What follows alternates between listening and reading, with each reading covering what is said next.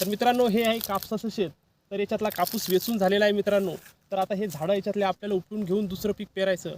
तर हे झाडं उपटत असताना मित्रांनो आपल्याला काही हातानं सहजासहजी उपटत नाही. तर याच्यावर उपाय म्हणून चिमट्याच्या साहाय्यानं सुद्धा हे झाडं उपटू शकतो. पण अशी चिमटी जर घ्यायला गेलं बाजारामध्ये तर आपल्याला 800 ते 1000 चिमटा चांगल्यात चांगला मिळतो. पण याच्यावर एक उपाय म्हणून आपण पाहू शकता कशा प्रकारे आपण हे जुगाड बनवलेलं आहे.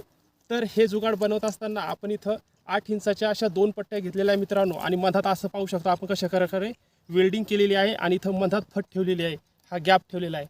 आणि याला अशा प्रकारे 2 खिळे लावून या लाकडी बांबूमध्ये आपण हे फिट केलेलं आहे.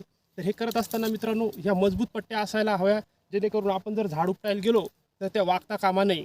तर चला पाहूया कशा प्रकारे आपण हे पळाटीचं झाड उपटायचं ते.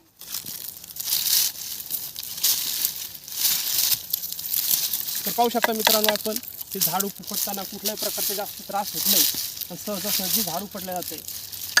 आणि ते उपटत असताना याच्या मुळ्याला जर अशी चिखल माती जर काही लागला असेल तर आपण याच्या साहाय्याने झटकू बी शकतो मित्रांनो. आणि अशा मस्त प्रकारे ह्या पळाटीचे झाडं असो किंवा मग तुरीचा खोडवा असो किंवा वांग्याचे जे काही खोडवा असो, वांगे तोडणं झाल्यानंतर तर हे उपटण्यासाठी या जुगाडाचा फार महत्त्वाचा असा उपयोग होतो.